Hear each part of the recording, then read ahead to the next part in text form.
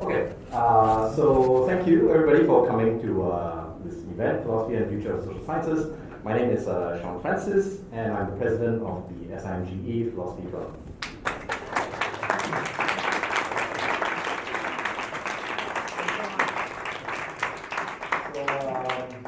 So what is the Philosophy Club? We started officially quite a few months ago, but this is our inaugurating event. So after today, we become an official registered club.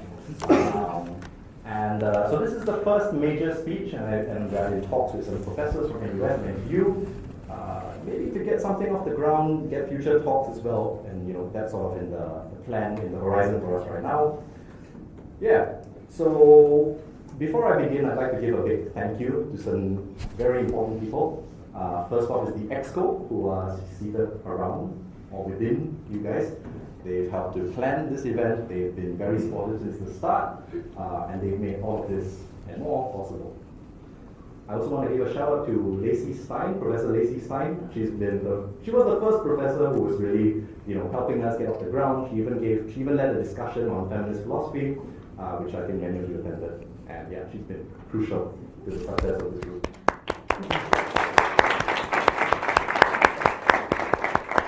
I also want to thank Mr. Jason Fan. He's actually the academic advisor for our group, who teaches Philosophy 101 and Philosophy of Mind here at UB. His teaching and his guidance and mentorship in the art of philosophy, I think, has led to helping develop this interest in us, and therefore we could have a philosophy club. So again, an amazing professor who's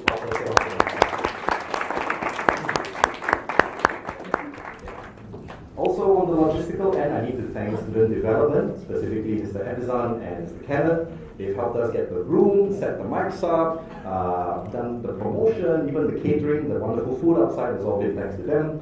They've been extremely helpful, so big round of applause for them. And then, of course, this really wouldn't be an event without all of you, the audience, so thank you so much for taking time out of your day on a Monday to come and listen to us. This talk, yeah. And the last person I think that we need to give a thanks to is Dr. Tony C.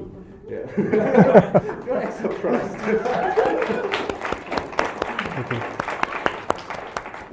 So I'm just going to give you a bit of background about our distinguished guest today. Dr. Tony C. graduated with a master's in philosophy from the National University of Singapore. He did East-West Comparative Philosophy. He got his PhD from the European Graduate School in philosophy, and he published a book there on Heidegger and Heideggerian politics called Community Without Identity. He studied under some of the world's best, such as Agamben, Delanda, Slavoj, Zizek, and Alain Badiou. Yes. So, Tony C. is interested in the intersection of philosophy and social science. He's taught philosophy of technology at NUS, some young minds addressing some very critical issues, some of which you will see today. And so this talk aims to kind of shed some light about the role that social science and philosophy can play, the kind of synergy that they can have together. I think oftentimes we think of them as divorced, as separate, but more often than not, I think there are a lot of philosophical underpinnings, ethical underpinnings of social science, which need to be addressed by philosophers and the philosophical community. So, without further ado, I would like to invite Dr. Tony C. to begin his talk. Thank you. Thank you very much. Very warm welcome to everyone for coming for today's talk. I'm very honored to be invited for the Philosophy Club of SIM, right? And it's a great honor because I never thought that we would have philosophy clubs happening and proliferating so much in Singapore, and I think this is a very it's sort of like a breakthrough event, and I hope that there's more interest in philosophy in Singapore, because most people would, in my time, most people would want to aim for more practical subjects and things like that, and philosophy was never seen as a very serious subject, but from the way I look at it, it's always been a very serious subject because it asks some very basic fundamental questions that the social sciences of that time didn't answer, especially economists, and that, in my opinion, is sort of like way too overrated science. Right? So today I will begin with a consideration, right, of philosophy in terms of the future of social science in relation to what I've been teaching in UB program, namely international relations. Okay. So I will read from my paper. I'll do it presentation like an academic conference. Then we will have a Q&A later on. Okay. So in the 1980s ended with the collapse of communist regimes throughout Eastern Europe. Although this is taken for granted today, we have forgotten how impossible it seemed. The dominant belief before the collapse of communism since 1945 was that the world was bipolar. Not in a psychological sense, right, but in an IR sense, that communist and capitalist systems were here to stay, with the Soviet Union and America as the two poles of a permanently bipolar international order. It was unthinkable that this would change. The unthinkable, however, occurred, and communism collapsed right before their very eyes. We would imagine that with the collapse of communism that people would soon give up the dogma. Matters of fact, however, according to David Hume, do not always convince believers to give up deeply cherished and entrenched ideas. As the Scottish philosopher would remind us, reason is oftentimes a slave of the passions. Indeed, instead of accepting truths which we can see before our very eyes, we bend the truth to fit what we want. Political theorists instead who believe in and build their careers on the theory of bipolarity, predictably did not give up their theories, but stubbornly maintain that their theories were right, that the facts of the communist collapse were but a momentary lapse. In other words, that the theory remains true. On the other hand, people who were more open to astonishment, to a sense of wonder, would begin to question how this could happen at all, since the bipolar international system is the system that was regarded as the most stable system. Nobody thought it could change, at least during that time. They would see that since historical events contradict theory, that it is high time that theory bites the dust, or else that it is time to rethink the theory. In theories of international relations, this latter group of people have tended to go beyond the obsession with state actors to focus on social groups or market forces that exert pressures that bring about change. Based on the above observations, we can see that there were broadly two distinct ways of thinking in the social sciences. One way of thinking attempts to account for change by referring to structural systems. The direction of change, so to speak, is top-down. These people cannot imagine change without, having some kind of a party, all right, or organization or some leadership leading the change. The individuals who live under this regime are mere puppets of historical events. They see individuals as just a part of the whole. The individuals who live under this regime believe with all their might that they have freedom and that they are possessed of an independent subjectivity. But as Foucault would remind us, this belief is sometimes regarded as nothing but false consciousness. And Althusser would remind us that it is a reproduction of subjectivity in capitalist regimes. The other approach takes the actions of individuals to be the real stuff of history. States, nation-states, groups, corporations, organizations, all of these things are unreal abstractions of real, breathing human beings, the real stuff of history. And this group of people regards structures as nothing more than the outcome of previous actions and, importantly, of previous ideas. The direction is, broadly speaking, bottoms up. Here, individuals are not seen as puppets, but dynamic forces in history, as what Deleuze would call they would possess of a power, puissance.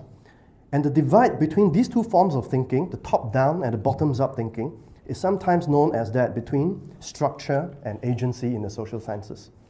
So this is a sort of like an eternal struggle between the top-down and the bottoms-up. And if you can look at the paintings there's a very famous painting, I think, by Leonardo, and Plato is pointing upwards in the sky. A very famous painting on philosophy, and then Aristotle would have his palm down, right? And this eternal conflict is between the top down and the bottoms up. Okay, if I may generalize a little bit, one example of this top-down structuralist approach is nothing other than Karl Marx. Are we allowed to talk about Marx here? I'm just kidding. I just mentioned Marx. Yeah. Okay. So the standard Marxist view, right, of society is that changes occur through changes in the modes of production and in the relations of production, and not in the superstructure. So, given this assumption, you can be feminist for all you want, but if your structure, if your society is agricultural, according to Marx, it will be a male-dominated society. In his preface to A Contribution to the Critique of Political Economy, he writes,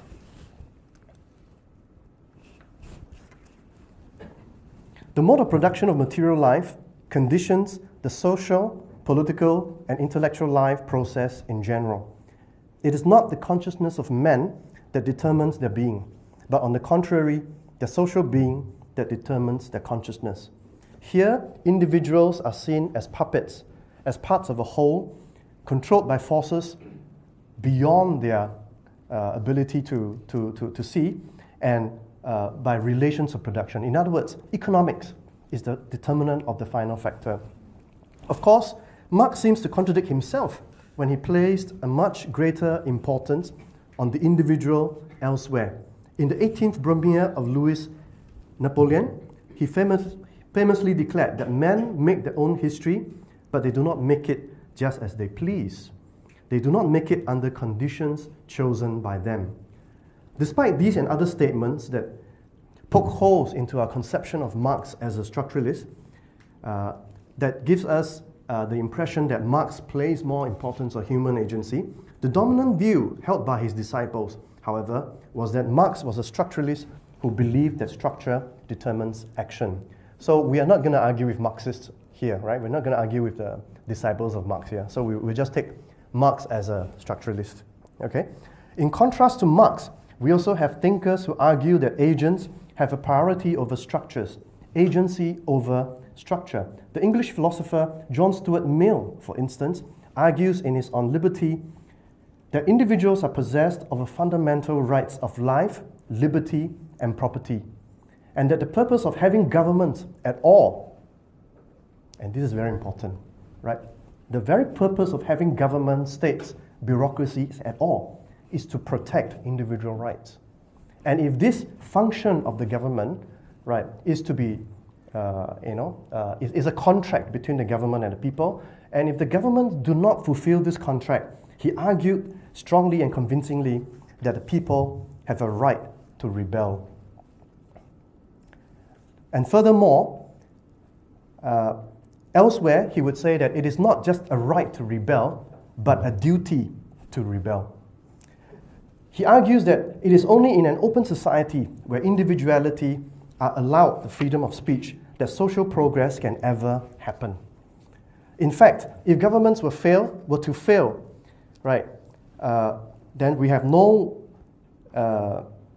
we have no reason, right, to let them exist. In A System of Logic, written in 1843, chapter 7, book 6, he argues, the laws of the phenomena of society are and can be nothing but the laws of actions and passions of human beings united together in the social state. So in radical contrast to Marx, J.S. Mill argued that we should place a primary importance on human individuality and the power of the individual to make a difference in society. So we cannot blame it on economic or political or social structures or traditions or religions not to do anything, but to see that we have the power to make a difference. On the other hand, while arguing for human freedom, Mill also recognized the importance of structures and fixed laws in human nature. And he proposed, Mill and agency. And he proposed that the job of the social sciences is none other than to discover those natural laws. He said, all phenomena of society are phenomena of human nature. generated by the action of outward circumstances upon masses of human beings. And if, therefore, the phenomena of human thought, feeling, and action are subject to fixed laws, the phenomena of society cannot but conform to fixed laws, the consequence of the preceding. Does Mill's commitment to freedom contradict his view that there are laws governing human behavior? How can there be freedom to pursue our own good if all actions are a priori based on universal laws of human nature? Thus, we see that despite the differences, both Marx, the structuralist, and Mill, he who promotes agency, were struggling either consciously or unconsciously, successfully or not successfully, with the question of freedom within laws in nature. So the ultimate question, it seems, in modern political philosophy is the question of freedom. The academic and fashionable contrast nowadays between the structure-centered top-down approach and the agency-centered bottom-up approach thus may have obscured the fact that they were both naturalist theories, who both believe that human beings and societies belong to the natural order and that all we need to do is to gain insight into the laws of that order. This is important because such views seeks to explain the social world from without the social world. Naturalists make much of the claim to objectivity, which they see as important for all social sciences. The presumption is that since the laws of natural science are the objective results of a search for objective truth, then the social sciences, in their claims to be a science, must also be objective. The social sciences are in trouble if they cannot make a claim to being objective. Today, this naturalist method is best exemplified in positive economics. I think economics is a very important subject that affects a lot of our lives. Yeah. Okay. So while many philosophers have used the term positivism to refer to logical positivism, etc., A.J. Ayer, Quine, it is not exactly the same positivism that we are interested in the social sciences, which in general refers to the grounding of knowledge in particular observations and then extending from these to broad generalizations. This is an ambitious program that was started to show that all social sciences could only progress when it is cleared of non-experiential, non-empirical elements. And together with this, a bonfire was started, like the medieval times, to consume traditional metaphysics, ethics, and aesthetics, etc., etc., simply because their assertions could not be verified by experiments. In modern times, this is exemplified by a form of economic thinking that has come to dominate the globe. Can I say capitalism? Okay. It is a way of doing positive science with a view to predict, manage, and even manipulate future events. Here, we might have to borrow Milton Friedman from the field of economics to illustrate this point. According to Milton Friedman, in his Methodology of Positive Economics written in 1953, he states that the task of positive economics is to provide a system of generalizations that can be used to make correct predictions about the consequences of any change in circumstances. This almost sounds Cartesian. The aim of positive economics is prediction and control.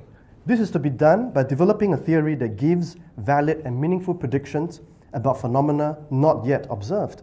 In short, about phenomena that is in the future, which is the topic of today's talk. The economic theory must consist of two elements: a body of substantive hypothesis designed to abstract essential features of complex reality, and in substance, the theory is to be judged by its predictive power for the class of phenomena which it is intended to explain. The only test of validity, according to Milton Friedman, of a hypothesis is comparison of its predictions with experience. There are a number of problems with positive economics that I would like to point out here, and I think this is very important for the future of Singapore and for the world at large. I do not mean to bring to the table here a comprehensive discussion or debates in positive economics, but merely indicative survey of some of its issues. The first problem is that while positive economics lays claim to being a positive science and on predictive powers to be valid, it does not proceed in philosophical innocence. This is because it is based on the assumption of a perfect market which does not exist. It does not seem true to empirical experience that there could be a perfect market. The perfect market is but a mental experiment. So the very beginning of economics is a fiction. Since real markets seldom, if ever, exhibit these characteristics, in order to stay true to the empirical claims, one would sooner expect positive economics to rely on imperfect markets as a basis for its analysis. As it turns out, positive economists rely on the assumption that are pretty much without grounds. Secondly, as we have seen time and again, positive economics assumption that human buyers and sellers are rational agents. Now, rationality is a very contested term in the history of Western thought, right? I mean, in Descartes, rationality would point you to God, right? It's, who gave you the idea of God? It must be God, right? So basically, in short, the whole meditation is just saying that, yeah? You have an idea of God? Yes? So therefore, God exists. Okay, to cut the long 6 meditations short, right? But for Hobbes, yeah, what is rationality? Rationality is what you see with your eyes, right? Yeah, right? To be rational is to survive, right, in a Darwinian universe, right, in a jungle. So actually, there are different forms of rationality in Western philosophy, right? And to be rational is not to see God, but to eliminate competition, all right? Because you are in a state of war, right? Which Agamben has talked about, right? So in some schools, I think we are allowed to carry guns, right? Is there going to be a policy soon? So this is just a very small mirror of the entire situation in the world now, right? So we are actually, the world is in fact edging towards a state of war of all against all, right? Where people will very likely live lives that are solitary, brutish, and short, nasty and short, all right? And this rationality actually is related to the idea of rationality in modern times, right? Specifically developed by Hobbes. Okay, so this rationality is also the rationality that is implied in economics, right? Which is utilitarian in essence, right? So positive economics assume that human buyers are rational agents, but this is again questionable, right? Why assume that single buyers cannot influence prices when we know that they can in real life, right? Milton Friedman, in a section called "Can a Hypothesis be Tested by the Realism of Its Assumptions?" he argued, in defense of his thesis, that the assumptions of every theory may be false, but they can be assumed to be as if true. This allows positive economists to dabble in unobservables without commitment to their existence. So in other words, people doing art, literature, history, philosophy, they are not science because they are dabbling in the unobservables, whereas the economists can. Okay? This sets up a double standard which allow the economists to do certain things that people in the humanities are unable to. The problem arises, right, if the role of theory in social science is to ascend to general truths via the route of true observations, if we are to follow Francis Bacon, then what is the status of these assumptions, right? Because if you remember Francis Bacon's concept of empirical observations, right? The whole point of the social sciences is to build assumptions, right, based on certain axioms, all right, and to derive from these basic observations to arrive and to ascend to general observations, what you might want to call in Hume the inductive reasoning, all right, to ascend from observable instances to arrive at generalizable instances. But what if the observable instances in this case are mere fictions? Can fictions that are piled upon fictions give us truths? So in other words, positive economists are nothing more than fictions piled upon fictions, which are to be tested according to their validity in observations. Thirdly, there is the question of the value neutrality of the social sciences.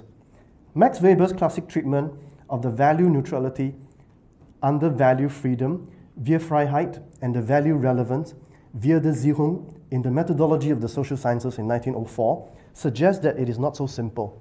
Firstly, what goes into research is not value neutral. There are countless phenomena that could be chosen from the phenomena. Why are the topics selected in the first place, not other topics? Secondly, what type of framework are selected to study these phenomena? They are also not value neutral. Thirdly, in the final phase, what comes out of this research? What significance do they have, and for who, and towards what ends? And we know that many social sciences today are geared towards neoliberal economics and the production of weapons and new technologies that promotes a biopolitical kind of worldview. Okay, so the social sciences meet or encounter the problem of value neutrality and see that the methodologies are not value neutral but are judgments of value, and they do not always belong to the scientists, and these values do not always belong to the social scientists themselves, but to social and political powers that support such research. In Foucault's words, we assume that knowledge is power, but unfortunately, it is often power that determines what counts as knowledge. Knowledge as such is not innocent of power. Such truths have no claims to value neutrality than others, and they do not have, and they never ever will be. And so, there is no reason to enshrine the dictates of social sciences without regard for these issues. In short, the future of the social sciences is not objective future, but one laden with assumptions that cannot be substantiated by its own dogmas, namely empirical observations. Given that the social sciences as a discipline are built with these philosophical issues, it is difficult to proceed in all innocence that it is a value-neutral and objective science. However, it is also not recommended to abandon the social sciences, because the social sciences are valuable, right, as techniques or experiments, as programs, as heuristics to live life. For if we remember what David Hume reminded us, we cannot live skepticism, we cannot be a radical skeptic. We cannot walk out of this lecture theatre and suddenly not sure that whether it is SIM we are in, right? Maybe we walk out this lecture theatre and we realize that, hey, this is NTU or something like that. So we cannot live like that. So we can only practice our skepticism to a certain extent, right? So we can only be limited skeptic. So we can't abandon the social sciences, and yet we cannot be obsessed and buy into the social sciences without question. So what can we do? Can we do anything at all? Here I would like to introduce two thinkers that are very important who might offer us an escape route from this philosophical impasse in the social sciences. And these two thinkers are namely Deleuze and Guattari. In What is Philosophy, Deleuze and Guattari suggest that all thinking is a way of bringing order out of chaos. Order is what protects us from chaos. It enables us to recognize ourselves. It enables us to recognize each other. It enables us to recognize the world in which we live in. It enables us to navigate and negotiate through the vicissitudes of life. In the absence of this order, brought about to our perceptions by the pure concepts of human understanding, Immanuel Kant argued we will be confronted with nothing but chaos, and it will be nothing more than a disorderly, manifold, or multiplicity of such perceptions. We will be like little babies crawling on the floor, not knowing where is left and right. Okay? And in fact, many of us do not know what is left and right.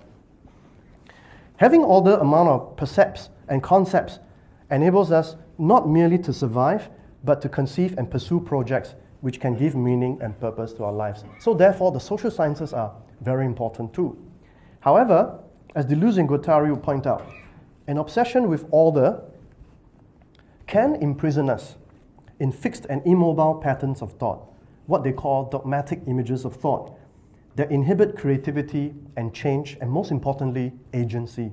So we begin to think that we are nothing but robots, and we have to wait for some kind of instructions to make a difference.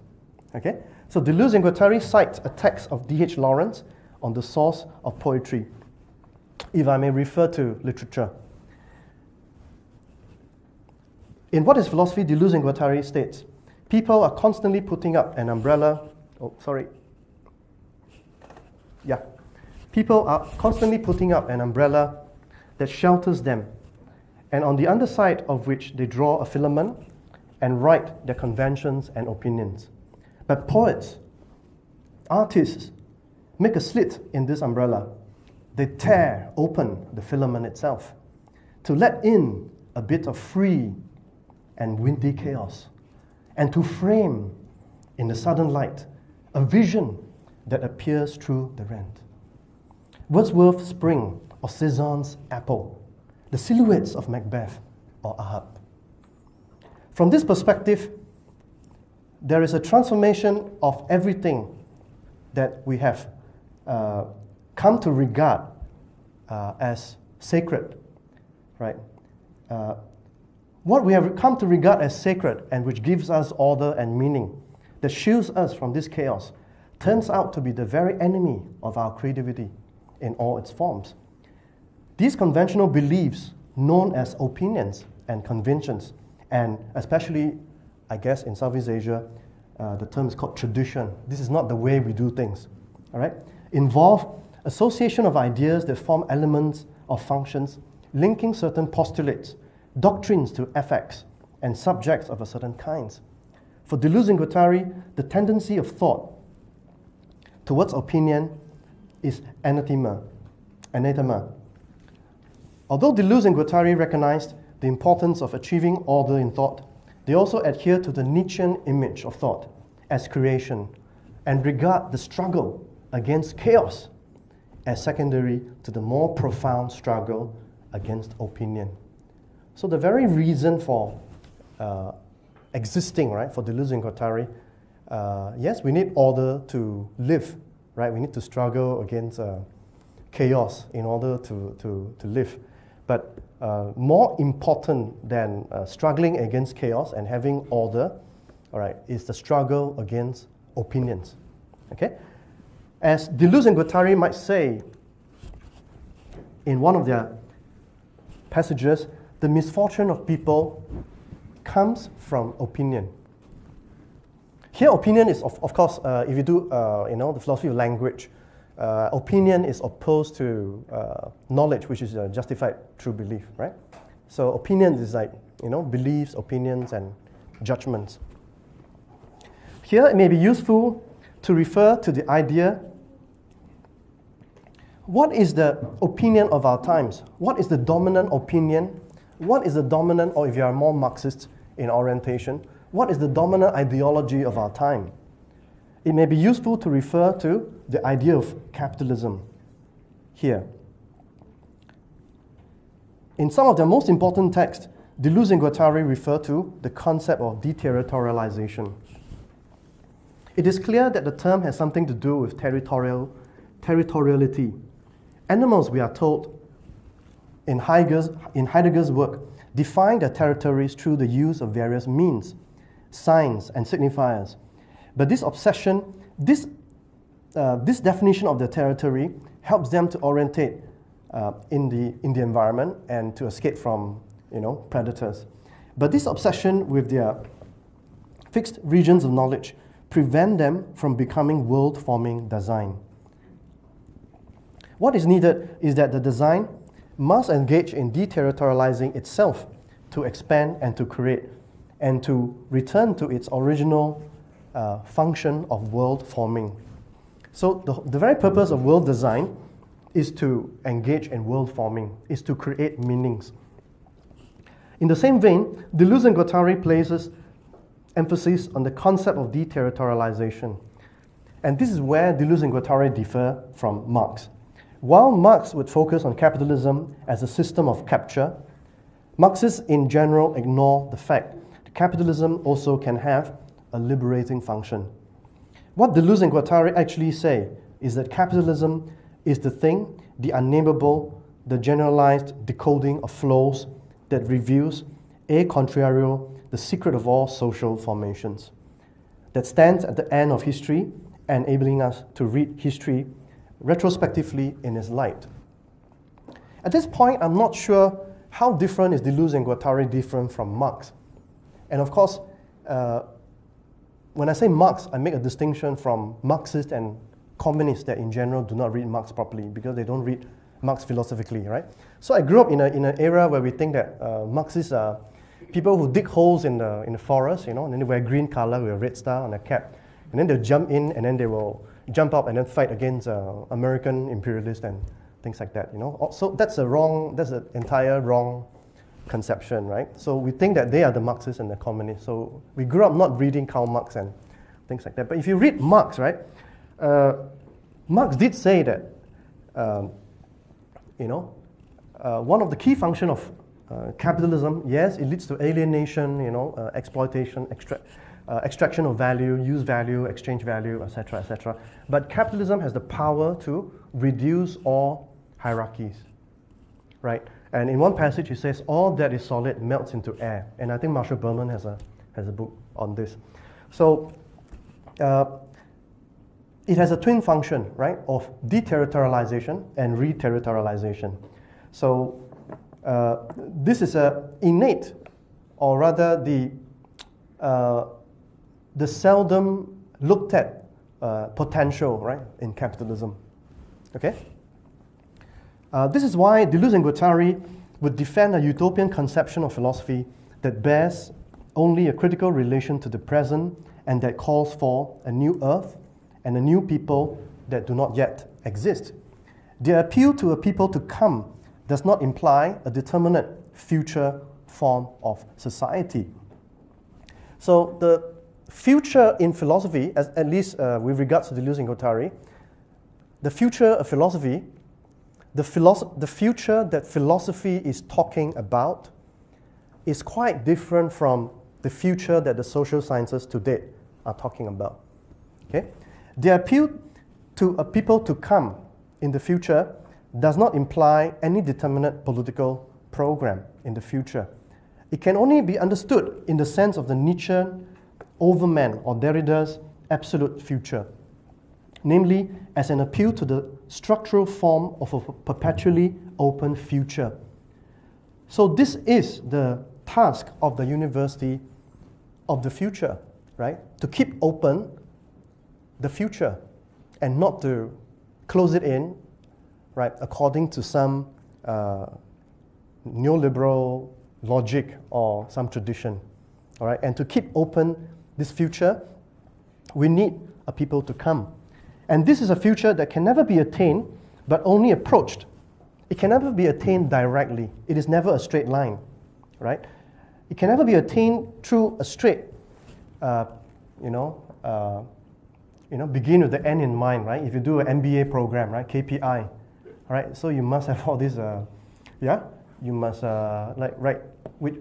this kind of logic which has seeped into academia, right? If you go into academia today, what is the mark of a good professor? Did you transform the lives of so many people, or did you publish so many papers? What do you think? Did you open up people's minds? Did you, ignite, a fire, right, a passion, right, in people for learning, right? Do you transform someone wayward, marginalized, and or did you publish in a top-ranking paper? Do you meet the KPI? Do you count the number of points that you meet? Okay, so this future, if it is to be regarded as a future to begin with, cannot be attained in a straight line, but it can only be approached by way of recurrent detours through the chaos that is warded off by opinion. So the task of the university is the task of struggling against opinions, whether it is dominant or not dominant.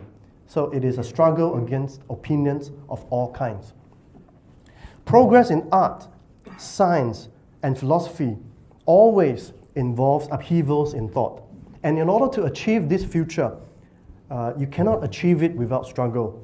It always involves upheavals, heartaches, pains, sometimes blood, right? But I can't say, blood given our, okay? situation, okay? But the point is, right? Because it is a struggle, it always involves upheavals, right? In thought.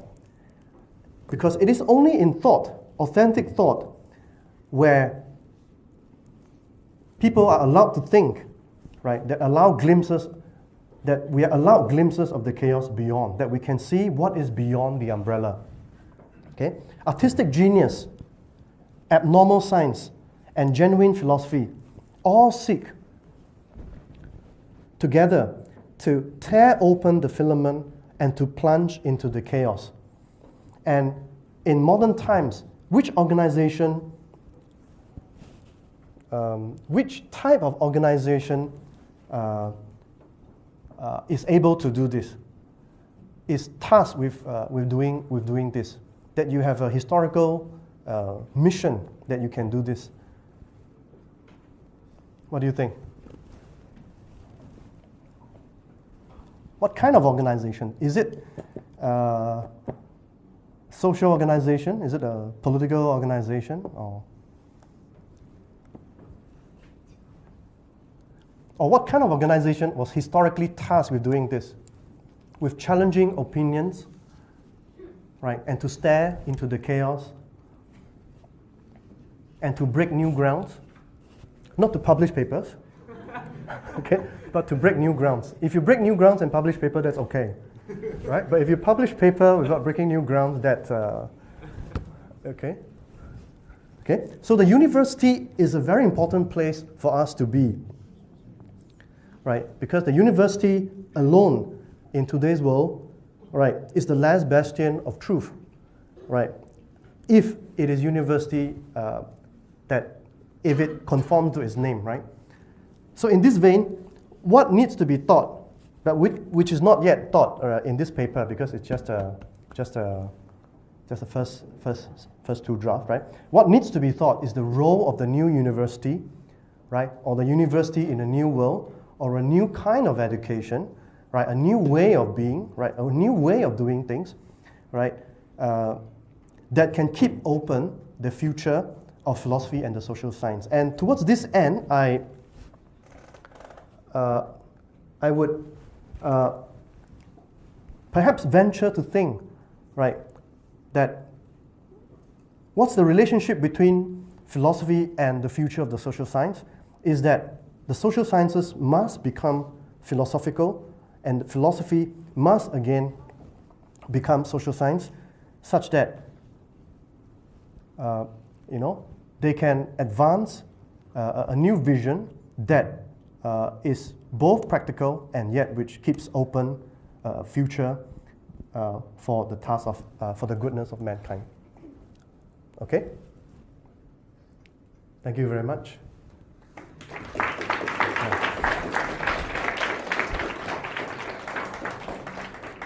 I was tasked to speak for 1.5 hours, but what time is this? Yeah, so it's about 45 minutes. So, yeah.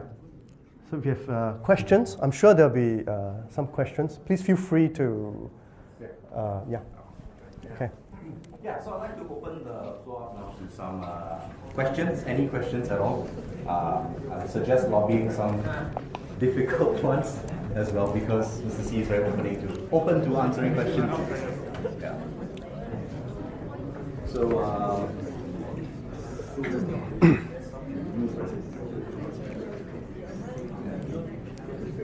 So I think maybe I'll get the ball rolling first. Okay.